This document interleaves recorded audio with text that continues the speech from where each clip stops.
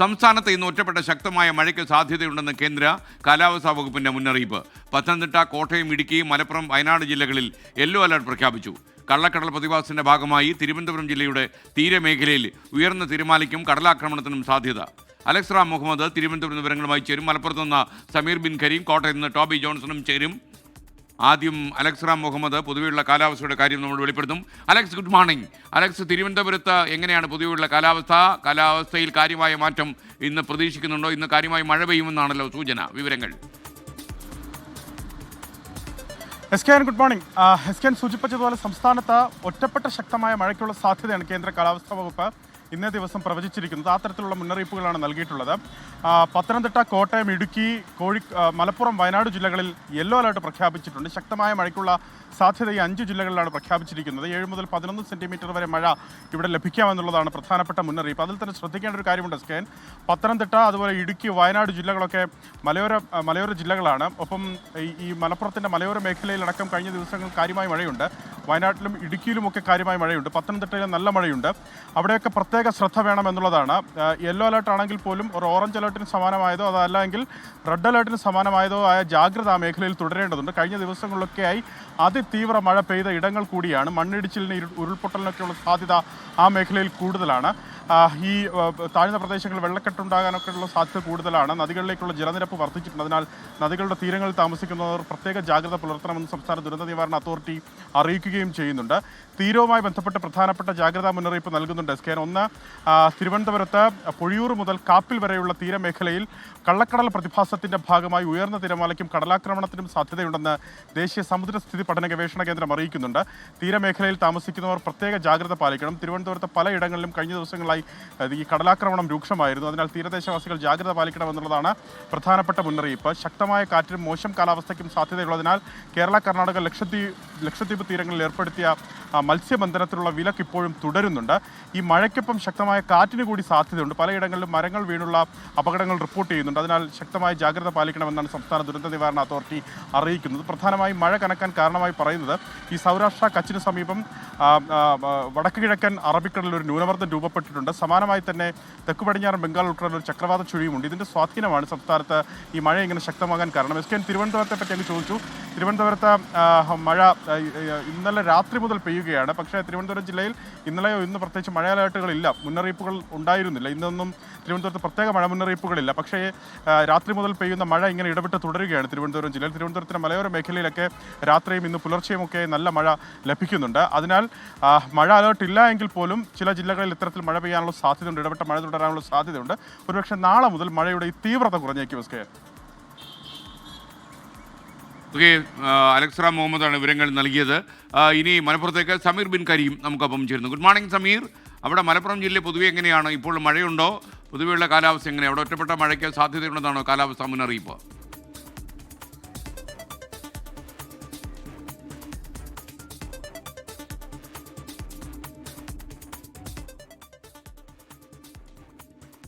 സമീറുമായിട്ടുള്ള ബന്ധം വിച്ഛേദിക്കപ്പെട്ടിട്ടുണ്ട്. സാങ്കേതികമാണ്. നമുക്ക് അല്പസമയത്തിനകം സമീറിനെ കിട്ടും എന്നാണ് ഞാൻ വിശ്വസിക്കുന്നത്. ഇനി കോട്ടയത്തേക്ക് ടോബി ജോൺസൺ ചേരുന്നു. Good morning Toby Johnson. കോട്ടയത്ത് മഴയുടെ അവസ്ഥ എങ്ങനെയാണ്? മണിമലയാറിലെ ജലനിരപ്പൊക്കെ അപകടകരമായ രീതിയിലല്ല എന്ന് ഞാൻ കരുതുന്നു. പൊതുവേ ജനങ്ങൾക്ക് സമാധാനത്തോടെ ഇന്ന് ഞായറാഴ്ച പുറത്തിറങ്ങാൻ പറ്റുമോ?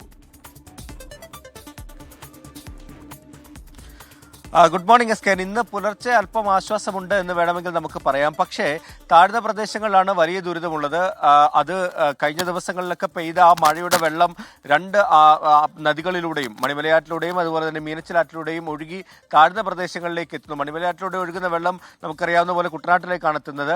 മീനച്ചിലാറ്റിലൂടെ ഒഴുകുന്ന വെള്ളം അപ്പർ കുട്ടനാട്ടിലേക്ക്, പ്രത്യേകിച്ച് കോട്ടയം ജില്ലയുടെ താഴ്ന്ന പ്രദേശങ്ങളിലേക്കാണ് എത്തുന്നത്. ഏതായാലും മഴ ഇന്ന് രാവിലെ മാറി നിൽക്കുന്നുണ്ട്. പക്ഷേ ഇടവിട്ട് ശക്തമായിട്ടുള്ള മഴ പെയ്യുന്ന കാഴ്ചയാണ് നമുക്ക് കാണാൻ സാധിക്കുന്നത്. അതേ തുടർന്ന് താഴ്ന്ന പ്രദേശങ്ങളിൽ മിക്ക സ്ഥലങ്ങളിലും വെള്ളം കയറിയിട്ടുണ്ട്. ഞാനിപ്പോൾ നിൽക്കുന്നത് കല്ലുപുരയ്ക്കൽ എന്ന് പറയുന്ന സ്ഥലത്താണ്. അവിടുത്തെ കാഴ്ചകൾ നമുക്ക് കാണാം.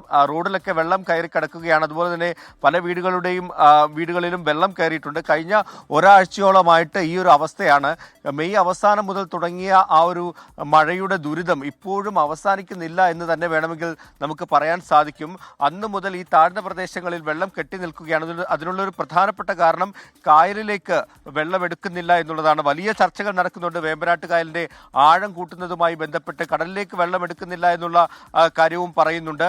അപ്പോൾ ഇത്തരത്തിൽ കായലിലേക്ക് സാധാരണ വെള്ളം എടുക്കാൻ മാത്രമേ ഉള്ളൂ ഈ താഴ്ന്ന പ്രദേശങ്ങളിൽ വെള്ളം കെട്ടി നിൽക്കുന്ന ഒരു അവസ്ഥ മാറുകയുള്ളൂ. സാധാരണ എങ്ങനെയാണ് സംഭവിക്കാറുള്ളത്. പക്ഷേ അതിൽ നിന്നും വ്യത്യസ്തമായി ഇപ്പോൾ നമുക്ക് കാണാൻ ഈ ഒരു സീസൺ അല്ലെങ്കിൽ ഈ വർഷം നമുക്ക് കാണാൻ സാധിക്കുന്നത് ഈ കായലിലേക്ക് വെള്ളം പോകുന്നില്ല, കൃത്യമായി വെള്ളം എടുക്കുന്നില്ല. അതുകൊണ്ട് തന്നെ താഴ്ന്ന പ്രദേശങ്ങൾ മുഴുവനും കഴിഞ്ഞ ഒരു മാസത്തോളമായി വെള്ളത്തിലാണെന്ന് തന്നെ നമുക്ക് പറയാൻ സാധിക്കും. നിലവിൽ ഏകദേശം 15-ലധികം ദുരിതാശ്വാസ ക്യാമ്പുകൾ തുറന്നിട്ടുണ്ട് എന്നാണ് ഔദ്യോഗികമായിട്ട് ലഭിക്കുന്ന വിവരം. അതിൽ ചില സ്കൂളുകൾ തുറക്കാൻ പറ്റാത്ത സാഹചര്യങ്ങളൊക്കെ കോട്ടയം ജില്ലയിലുണ്ട്. എന്തായാലും ഈ മഴക്കെടുതി ഇപ്പോഴും തുടരുകയാണ്. ഇടവിട്ട് ശക്തമായിട്ടുള്ള മഴ പെയ്യുന്നുണ്ട്. കഴിഞ്ഞ 2 ദിവസങ്ങളിൽ അതിശക്തമായിട്ടുള്ള മഴ പെയ്തതിനെ തുടർന്ന് മീനച്ചിലാറ്റിൽ ജലനിരപ്പ് ഉയർന്നിരുന്നു. വീണ്ടും അത് വലിയൊരു ദുരിതമായിട്ടുണ്ട്. ആ വെള്ളം ഇപ്പോഴും ഇറങ്ങിപ്പോയിട്ടില്ല. ഇന്നലെ രാത്രിയിലുമൊക്കെ ശക്തമായിട്ടുള്ള മഴ പെയ്തിരുന്നു. ഇടവിട്ടാണ് ശക്തമായിട്ടുള്ള മഴ പെയ്യുന്നത്. ഇന്ന് രാവിലെ നോക്കുകയാണെങ്കിൽ, ഇന്നലത്തെ കണക്കുകൾ നോക്കുകയാണെങ്കിൽ ഏറ്റവും കൂടുതൽ മഴ പെയ്തത് ഈരാറ്റുപേട്ട അതുപോലെ തന്നെ തീക്കോയി മേഖലകളിലാണ്. മുണ്ടക്കയം ഭാഗത്തും മഴ പെയ്യുന്നുണ്ട്. ഈ മുണ്ടക്കയം പോലെയുള്ള മേഖലകളിൽ മഴ പെയ്യുമ്പോഴാണ് കൂടുതൽ ദുരിതം മണിമലയാറ്റിലേക്ക്, കൂടുതൽ വെള്ളം മണിമലയാറ്റിലേക്ക് എത്തുന്നത്. അപ്പോൾ അവിടെ കൂടുതൽ ദുരിതം ആ പ്രദേശത്തുള്ളവർക്കൊക്കെ ഉണ്ടാകും. മീനച്ചിലാറ്റിൽ ഈ തീക്കോയി ഈരാറ്റുപേട്ട മേഖലകളിലൊക്കെ മഴ പെയ്താൽ ആ വെള്ളം ഒഴുകിയെത്തുന്നതോടുകൂടി ഈ മീനച്ചിലാറിന്റെ തീരത്തുള്ളവർക്കും ദുരിതമാകും. എന്തായാലും ഈ താഴ്ന്ന പ്രദേശങ്ങളിൽ വെള്ളം കെട്ടി നിൽക്കുകയാണ്. അത് ഒഴുകിപ്പോയെങ്കിൽ മാത്രമേ ഈ മഴയുടെ ഒരു ദുരിതം മാറിയെന്ന് നമുക്ക് പറയാൻ സാധിക്കുകയുള്ളൂ. നിലവിലെ കാലാവസ്ഥയുടെ മുന്നറിയിപ്പ് പ്രകാരം, കാലാവസ്ഥാ നിരീക്ഷണ കേന്ദ്രത്തിന്റെ മുന്നറിയിപ്പ് പ്രകാരം യെല്ലോ അലേർട്ടാണ് പ്രഖ്യാപിച്ചിട്ടുള്ളത്. അതൊരു ആശ്വാസമാണ്. വരും ദിവസങ്ങളിൽ ഗ്രീൻ അലേർട്ടുമാണ് നിലവിൽ കാണിച്ചിട്ടുള്ളത്. ആ കാലാവസ്ഥാ നിരീക്ഷണ കേന്ദ്രത്തിന്റെ ആ മുന്നറിയിപ്പുകൾ ഏതെങ്കിലും തരത്തിലുള്ള മാറ്റം ഉണ്ടാവുകയാണെങ്കിൽ അത് കൂടുതൽ ദുരിതമാകും. കോട്ടയത്ത് നിന്ന് ചേർന്നത്. എന്തായാലും ഒരു മാസമായി ഈ പറയുന്ന സ്ഥലത്തൊക്കെ വെള്ളക്കെട്ട് രൂപപ്പെട്ട് കിടക്കുകയാണെങ്കിൽ ജനങ്ങളുടെ ജീവിതം എത്ര ബുദ്ധിമുട്ടാകുമെന്ന് ഞാൻ ആലോചിക്കുകയായിരുന്നു. ഇനി മലപ്പുറത്തേക്ക് സമീർ ബിൻ കരീം നമുക്കൊപ്പം ചേരുന്നു. സമീർ, മലപ്പുറം ജില്ലയിലെ അവസ്ഥ എങ്ങനെയാണ്? Good morning. SKN ഇന്ന് മലപ്പുറം ജില്ലയിൽ യെല്ലോ അലേർട്ടാണ്. കാര്യമായ മഴ ജില്ലയിലില്ല എന്നുള്ളതാണ് എടുത്തു പറയേണ്ടിയിരിക്കുന്ന ഒരു കാര്യം. ഇന്നലെ രാത്രിയിൽ ഒറ്റപ്പെട്ട ഇടങ്ങളിൽ ശക്തമായ മഴ ഉണ്ടായിരുന്നു. എന്നാൽ രാവിലെയോടുകൂടി കാര്യമായ മഴ എവിടെയും ഇല്ല എന്നുള്ളതാണ് നമുക്ക് ലഭിക്കുന്ന റിപ്പോർട്ടുകൾ. ഏതായാലും അതുകൊണ്ട് തന്നെ വലിയ പ്രശ്നങ്ങൾ ജില്ലയിൽ ഇന്ന് ഇല്ല എന്നുള്ളതാണ്. എന്നാൽ ജാഗ്രത പാലിക്കാനാണ് ജില്ലാ ഭരണകൂടത്തിൻ്റെ നിർദ്ദേശം. പ്രത്യേകിച്ച് മലയോരത്തും തീരദേശത്തും താമസിക്കുന്നവരാണ് ജാഗ്രത പാലിക്കേണ്ടത്. ചാലിയാറിൻ്റെ തീരത്തൊക്കെ താമസിക്കുന്നവർ അല്പം ശ്രദ്ധ വേണം. കാരണം ഈ മലയോര മേഖലയായിരിക്കുന്ന വയനാട്ടിലും അതോടൊപ്പം തന്നെ തമിഴ്നാടിൻ്റെ നീലഗിരി ഭാഗങ്ങളിലൊക്കെ തന്നെ മഴ ശക്തി പ്രാപിച്ചു കഴിഞ്ഞാൽ ചാലിയാർ പുഴയിൽ അപ്രതീക്ഷിതമായി ഈ മലവെള്ളപ്പാച്ചിലും വെള്ളം ഉയരാനുള്ള സാധ്യതയും കണക്കിലെടുത്തുകൊണ്ടാണ് ജാഗ്രത പാലിക്കാൻ നിർദ്ദേശം നൽകിയിരിക്കുന്നത്. സമാനമായ രീതിയിൽ തന്നെയാണ് ഈ തീരദേശവാസികളും ശക്തമായ തിരമാലയൊക്കെ തന്നെ ഉണ്ടാകുന്നത് മുൻകരുതലിൻ്റെ ഭാഗമായി. അതുകൊണ്ട് തന്നെ ജാഗ്രത പാലിക്കണം. അതോടൊപ്പം തന്നെ കഴിഞ്ഞ ദിവസം ഈ മൊറയൂരിനടുത്ത് ഈ അയ്യാടൻ മലയിൽ ഈ വിള്ളൽ ഉണ്ടാകുന്ന ഒരു ഘട്ടം ഉണ്ടായിരുന്നു. അതുകൊണ്ട് തന്നെ ഇവിടെ നിന്ന് 42 കുടുംബങ്ങളെ മാറ്റിപ്പാർപ്പിക്കുകയും ചെയ്തിരുന്നു. ഈ പശ്ചാത്തലത്തിൽ മഴ ശക്തി പ്രാപിച്ചാൽ കൂടുതൽ കുടുംബങ്ങളെ മാറ്റിപ്പാർപ്പിക്കേണ്ടി വരുമെന്നുള്ളതാണ് പഞ്ചായത്ത് വ്യക്തമാക്കുന്നത്. ഇതുകൂടി കണക്കിലെടുത്ത് ഈ പരിസരത്ത് താമസിക്കുന്നവർ മഴ ശക്തി പ്രാപിച്ചാൽ ഒഴിഞ്ഞു പോകണമെന്നുള്ള നിർദ്ദേശം കൂടി പഞ്ചായത്ത് മുന്നോട്ട് വെക്കുന്നുണ്ട്. ഇന്നലെ അതുമായി ബന്ധപ്പെട്ട് ജിയോളജി വകുപ്പ്, പഞ്ചായത്ത്, ഒപ്പം തന്നെ മറ്റുള്ള പോലീസും ഒക്കെ തന്നെ എത്തി പരിശോധന നടത്തിയിരുന്നു. അതുകൊണ്ട് തന്നെ കൂടുതൽ ആവശ്യമെങ്കിൽ കൂടുതൽ ക്യാമ്പ് സ്ഥാപിക്കാൻ വേണ്ടി കൂടി നിലവിൽ പഞ്ചായത്ത് തീരുമാനിച്ചിരിക്കുകയാണ്. അതിന് ജില്ലാ കളക്ടറുടെ സഹായം കൂടി തേടിയിട്ടുണ്ട്. മറ്റുള്ളിടങ്ങളിൽ നിലവിൽ ആശങ്ക ഉണ്ടാക്കുന്നതിന് പശ്ചാത്തലം നിലനിൽക്കുന്നില്ല. ഓക്കെ, സമീർ ബിൻ കരീമാണ് വിവരങ്ങളുമായി ചേർന്നത്.